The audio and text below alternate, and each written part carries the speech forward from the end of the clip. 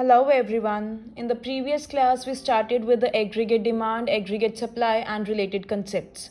In the previous video, we discussed about the meaning, components, diagrammatic representation, and tabular representation of aggregate demand and aggregate supply. Today, we are going to deal with the consumption function. Function जब भी किसी word के साथ आता है it means we have to show the relationship means एक चीज़ दूसरे पर डिपेंडेंट है.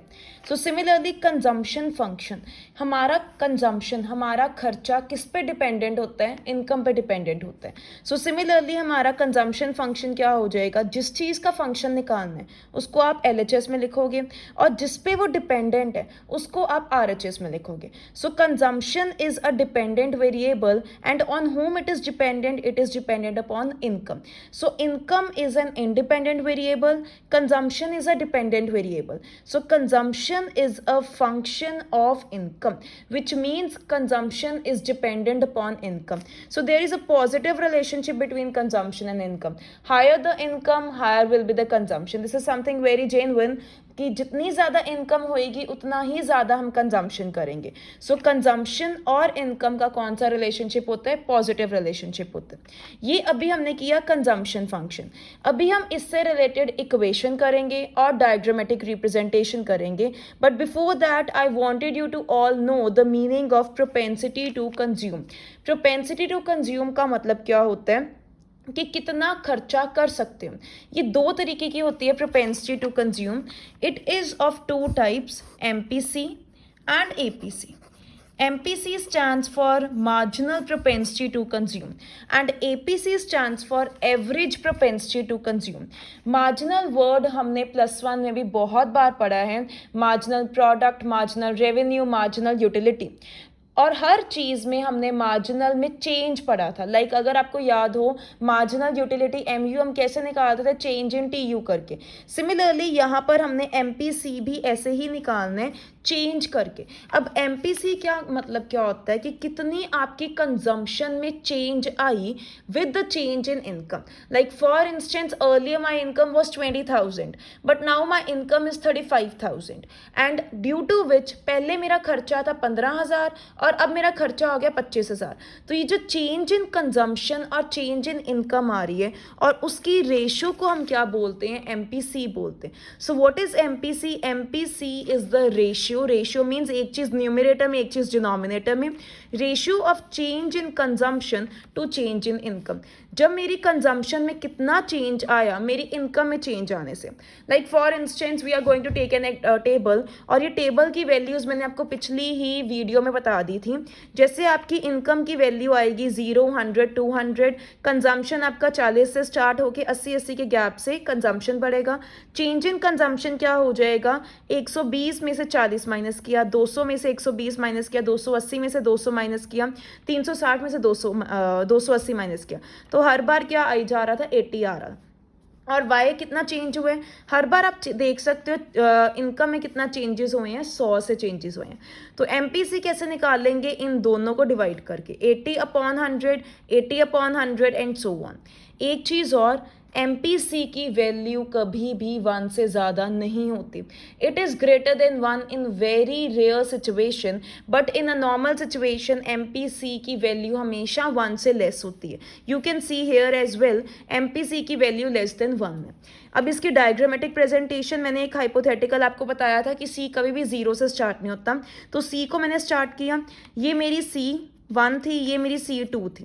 C1 थी Y1 के कॉरेस्पॉन्डिंग, C2 थी Y2 के कॉरेस्पॉन्डिंग. तो ये जितना चेंज आया Y1 माइनस Y2 वो क्या हो जाएगा? मेरा चेंज इन इनकम. और ये C2 माइनस C1 क्या हो जाएगा? मेरा चेंज इन कंजम्पशन. और इन दोनों को डिवाइड करके what I will be getting that will be MPC. ये MPC वगैरह का कंसेप्ट आपको बहुत ज़रूरी क्यों है? क्योंकि अभी हमने करना है कंजम्पशन फंक्शन, उसकी इक्वेशन, और उसके बेसिस पे आपके न्यूमेरिकल्स फॉर श्योर पेपर में आएंगे ही आएंगे, whether it be of 2 marks और 3 मार्क्स. लॉन्ग क्वेश्चन आने के चांसेस भी हैं. अगर 5 मार्क्स में वो इंडिविजुअल 1 मार्क की स्टेटमेंट दे सकते हैं. So for that we need to be very well versed with the concept of the MPC and consumption function. So next concept is APC. APC average word भी आपने पहले भी बहुत पढ़े, जैसे average utility, average cost, average product. हर चीज़ जब एक लेवल पे होती है उसको क्या बोला जाता है, एवरेज। तो similarly average propensity to consume का मतलब क्या है कि एक पर्टिकुलर लेवल ऑफ इनकम पे मैं कितना खर्च रही हूँ। For instance if my income is 1 lakh right now and I am spending 80,000, so my APC would be 80,000 over 1 lakh. मतलब 80,000 को जब मैं 1 लाख से डिवाइड कर दूंगी तो एपीसी आ जाएगी। So what is APC? APC is the ratio of consumption to change in level, to consumption level of income. Do consider, यहाँ पर चेंज वर्ड नहीं आता, मतलब यहाँ पे कोई कंपैरिजन नहीं हो रहा कि पहले कितना कंजम्पशन करी थी और अब कितना कर रही हूँ। यहाँ पे राइट नाउ, राइट प्रेजेंटली मेरी कितनी कंजम्पशन है और कितनी इनकम है, वो चीज़ की हम कंपैरिजन करते हैं। But on the other hand MPC में we make a comparison of the change, कि earlier my income was this much and now my income is this much. उन दोनों में कितना चेंज आया और उस चेंज से कंजम्पशन पे कितना चेंज आया, उसकी रेशियो को एमपीसी बोलते हैं। बट यहाँ पर हम कोई चेंज नहीं देखते, जितनी प्रेजेंटली मेरी कंजम्पशन है और जितनी प्रेजेंटली मेरी इनकम है उन दोनों को डिवाइड करके what I will be getting APC. So income table आपको पता है कैसे लेना है, 0 with a gap of 100, consumption लेनी है 40 विद अ गैप ऑफ 80। ठीक है, अब यहाँ पर एपीसी कैसे निकालनी है, C अपॉन वाई से, और जब आपका डिनोमिनेटर 0 होता है your answer is infinity. Again एक चीज़, आपकी एपीसी की वैल्यू 0 नहीं हो सकती। क्यों 0 नहीं हो सकती? क्योंकि कंजम्पशन कभी भी 0 नहीं हो सकती। और जहाँ पर वर्ड सी आ जाता है, वेदर इट बी एमपीसी और वेदर इट बी एपीसी, कभी भी वैल्यू 0 नहीं आएगी। इसलिए एमपीसी भी कभी 0 नहीं हो सकता और एपीसी भी कभी 0 नहीं हो सकता। और आपको पता है डायग्राम में भी ये कभी 0 से स्टार्ट नहीं होता because of autonomous consumption. And if you want to know the concept of autonomous consumption you can look at my previous video, वहां पे मैंने आपको ऑटोनमस कंजम्पशन का कंसेप्ट बहुत अच्छे तरीके से बताया है। So again I am repeating, जहां पर वर्ड सी आ जाते हैं वो चीज़ कभी भी 0 नहीं होती। तो 40 divided by 0 will not give you 0, rather it will be infinity. Again यहाँ पर तो आपकी फर्स्ट लेवल पे आनी ही नहीं है। इसके डायग्रामेटिक प्रेजेंटेशन, यहाँ पे मैंने C बनाया, यहाँ पे मैंने Y बनाया, तो C upon Y will be APC। Again C1 upon Y1 is APC। यहाँ पर हम चेंज ले रहे थे, यहाँ पर हम कोई चेंज नहीं ले रहे हैं। So next concept is what is the difference between APC and MPC. APC का मतलब क्या है, ratio of consumption to income. MPC का मतलब क्या है, ratio of change in consumption to change in income. Consumption में कितना चेंज आया, इनकम में चेंज आने से उसको क्या बोलते हैं, एमपीसी। इसका फॉर्मूला है C अपॉन वाई, इसका फॉर्मूला है delta C over delta Y. तीसरा डिफरेंस, आप इसकी डायग्राम बना सकते हो, ये एपीसी की डायग्राम हो जाएगी, ये एमपीसी की डायग्राम हो जाएगी। और इसमें आपका फोर्थ डिफरेंस क्या होएगा, इसकी वैल्यू कभी भी 1 से ज़्यादा नहीं, इसकी वैल्यू 1 से ज़्यादा हो सकती है बट इसकी वैल्यू 1 से ज़्यादा कभी भी नहीं होगी, और इसकी रेंज 0 और 1 के बीच में रहेगी। Like here you can see इसकी वैल्यू 1 से ज़्यादा हो रही है। अब आपके माइंड में क्वेश्चन आएगा, when the value of APC be greater than 1। The value of APC will be greater than 1 when income is less and consumption is more, which means savings is negative. Again I am repeating, APC will be greater than 1 when income is less than consumption and savings is negative. कहने का मतलब जब मेरा खर्चा मेरी income से ज़्यादा है उस टाइम पे मेरी APC की वैल्यू 1 से ज़्यादा होगी। इस टाइम पे ये जब 0 वाली वैल्यू आ गई, इट मीन्स कि मेरा खर्चा मेरी इनकम से कम है। तो इसकी वैल्यू मोर देन 1 हो सकती है बट इसकी वैल्यू हमेशा 0 और 1 के बीच में रहेगी। अब नेक्स्ट आपका आता है, ये आपका कंजम्पशन फंक्शन था। अभी मैंने आपको इक्वेशन नहीं करवाई है, ना मैंने आपको डायग्रामेटिक रिप्रेजेंटेशन करवाई है कंजम्पशन फंक्शन की। अभी जस्ट मैंने आपको मीनिंग बताया और प्रोपेंसिटी टू कंज्यूम डील किया, जिसमें मैंने एपीसी और एमपीसी डील किया। नेक्स्ट अब मैं यहाँ पे डील करने लगी हूँ saving function.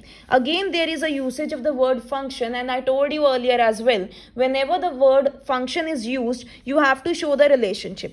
Now the relationship will be shown between the savings and income. So savings will be a dependent variable and income will be an independent variable. तो savings किस पे डिपेंड होएगी, आपके इनकम पे। Again there is a positive relationship. आप अपने घरों पे भी सोच सकते हो, जितनी ज़्यादा आपकी इनकम होएगी उतना ज़्यादा आप सेव करोगे। So there is a positive relationship between savings and income. Again we will be dealing with propensity to save, उधर हमने प्रोपेंसिटी टू कंज्यूम किया था, वो दो तरीके का था, एमपीसी एपीसी, ये भी दो तरीके का है, एपीएस एंड एमपीएस। जैसे मैंने आपको एपीसी का मतलब बताया था, एपीसी में कोई कंपैरिजन नहीं है, बस करंट लेवल इनकम के अकॉर्डिंग हमने करना है। यहाँ पर भी हमने सिर्फ करंट लेवल सेविंग्स को देखना है और करंट लेवल इनकम को देखना है, और उन दोनों को कंपेयर करके मेरे पास क्या आ जाएगा, एपीएस। तो अब एपीएस इनकम आपको पता है किस तरह लिखनी है, कंजम्पशन आपको पता है किस तरह लिखनी है, इनकम में से कंजम्पशन माइनस करोगे तो आपको सेविंग्स आ जाएंगी। तो बेसिकली आपको सिर्फ ये दो कॉलम लर्न करने हैं, और ये दो कॉलम्स को लर्न करने की भी ट्रिक मैंने आपको बता दी है प्रीवियस वीडियो में। तो इन दोनों कॉलम्स को लर्न करो, आप सेविंग्स निकाल सकते हो, एपीएस निकाल सकते हो, एमपीएस निकाल सकते हो, एपीसी निकाल सकते हो, एमपीसी निकाल सकते हो। अब सेविंग्स आ गई आपके पास, एपीएस की वैल्यू क्या हो जाएगी, S upon Y, S upon Y. अब ये देखो, ये नेगेटिव हो सकती है, क्यों नेगेटिव हो सकती है, क्योंकि आपकी कंजम्पशन मोर देन 1 है, APC is greater than 1। And एक चीज मैं आपको बताऊं, APC plus APS is equal to 1, APC plus APS 1 के इक्वल होती है। तो अगर आपकी एपीसी 1 से ग्रेटर है तो एपीएस ऑब्वियसली नेगेटिव ही होगी। जैसे अगर मैं आपको यहाँ पर एग्जांपल दूँ, 1.3 है, ये एपीएस होगी, तो एपीएस क्या हो जाएगी, 1 माइनस 1.3 क्या हो जाएगी, -0.3। तो जब ये नेगेटिव है ना, इट मीन्स एपीसी यहाँ पर क्या थी, greater than 1। So again one more question to discuss, that can APS be negative? Yes, APS can be negative, and when it will be negative, when APC is greater than 1. So next question, can APC be negative? APC कभी भी negative नहीं हो सकती, because it contains C and C is not zero. अगर वो zero ही नहीं होती तो नेगेटिव तो दूर की बात, ठीक है। तो APC कभी भी जीरो नहीं हो सकती, कभी भी नेगेटिव नहीं हो सकती, बट APS जीरो भी हो सकती है और नेगेटिव भी हो सकती है, ठीक है। कंजम्पशन ना आपकी नेगेटिव होएगी ना आपकी जीरो होएगी, बट सेविंग्स हो सकता है कि मैं कुछ भी सेव नहीं कर रही, और हो सकता है जो मैंने सेव किया हुआ है वो भी मैं विड्रॉ करा रही हूँ, ठीक है। तो इस तरह आपका, अब यहाँ पर पहले आपने कंजम्पशन लिखा था और इधर इनकम आया था, अब यहाँ पर आप सेविंग्स लिखोगे और यहाँ पे इनकम लिखोगे। तो अब यहाँ पर आपकी एपीएस की वैल्यू क्या हो जाएगी, एस अपॉन वाई, मतलब O S over O Y, और यहाँ पर एपीएस की वैल्यू क्या हो जाएगी, O S one over O Y one, O S one over O Y one. So next concept is important points about MPC. मैंने आपको एमपीसी के इंपॉर्टेंट पॉइंट्स बता दिए कि इसकी वैल्यू 0 और 1 के बीच में ही होएगी। MPC plus MPS is equal to 1। जैसे मैंने एपीसी और एपीएस का बताया था, ऐसे ही एमपीसी और एमपीएस की वैल्यू इक्वल टू 1 होती है, और इन दोनों की वैल्यू 1 से कम और 0 से ज़्यादा होती है। Next concept is MPS. MPS का जब भी वर्ड एम आ जाता है वहां पर आपने चेंज लिखना ही लिखना है। तो एमपीएस का मतलब क्या है, ratio of change in savings. अब देखो यहाँ पर एस है तो मैंने यहाँ पर भी सेविंग्स लिख दिया, वहां पर सी था, एमपीसी था, यहाँ पर एमपीसी था तो मैंने यहाँ पर कंजम्पशन लिख दिया। तो एमपीएस क्या होता है, change in saving to change in income और उसकी रेशियो। अगेन वाई आपको आता निकालना, सी निकालना आता है, एस निकालना आता है। डेल्टा एस निकालोगे कैसे, -20 -40, 0 -20, 20 -0, 40 -20, 60 -40, 80 -60, ये आपके 20 आ जाएंगे। और delta Y 100 -0, 200 -100 and so on, और ये 100 ही रहेगा। और एमपीएस की वैल्यू इन दोनों को डिवाइड करके ये आ जाएगी।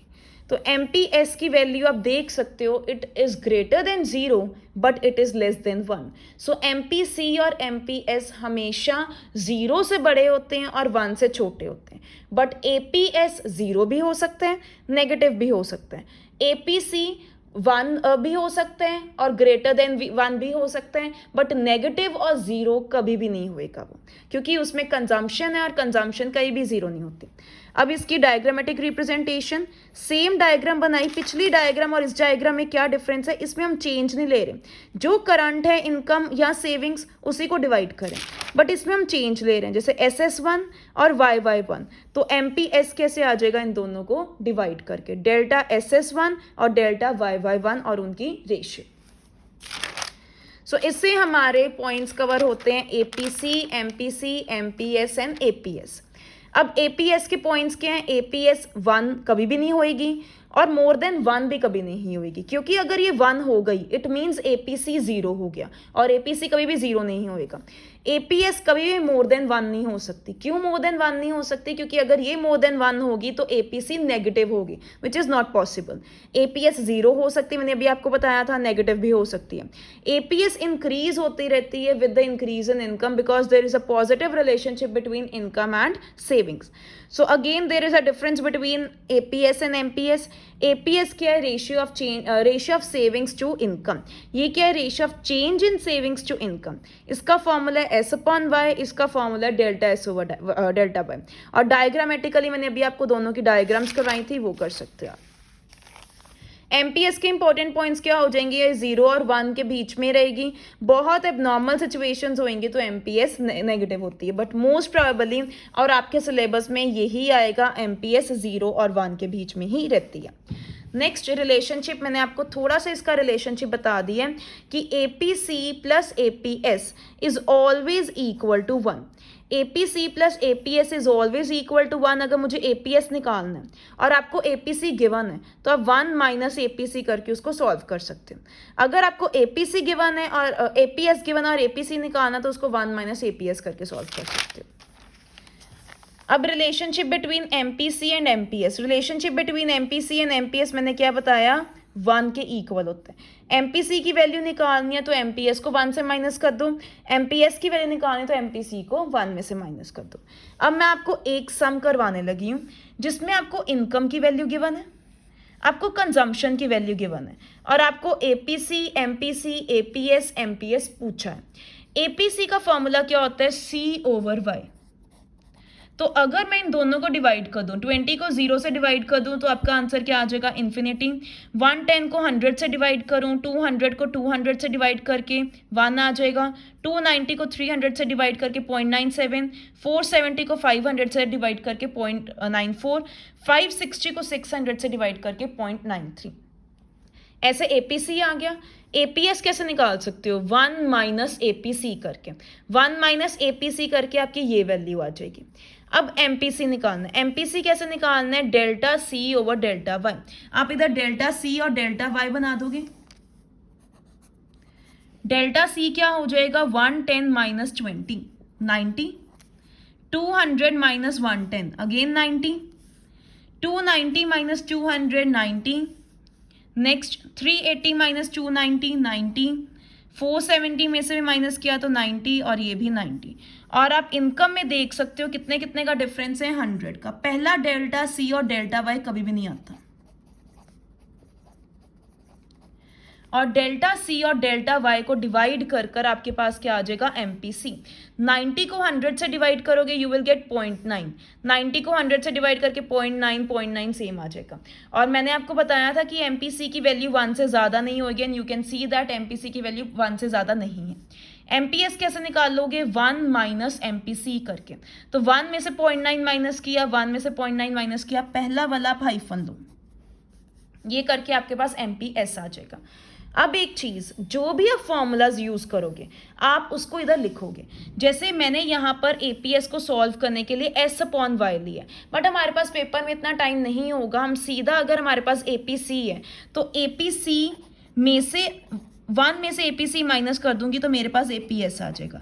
तो आप ये वाला फॉर्मूला भी यूज़ कर सकते हो। सिमिलरली अगर मैं 1 में से एमपीसी माइनस कर दूंगी तो मेरे पास एमपीएस आ जाएगा। So I will be using this formula rather than this. ये करने के लिए मुझे ज़्यादा टाइम चाहिए और इतना टाइम नहीं होगा मेरे पास पेपर में।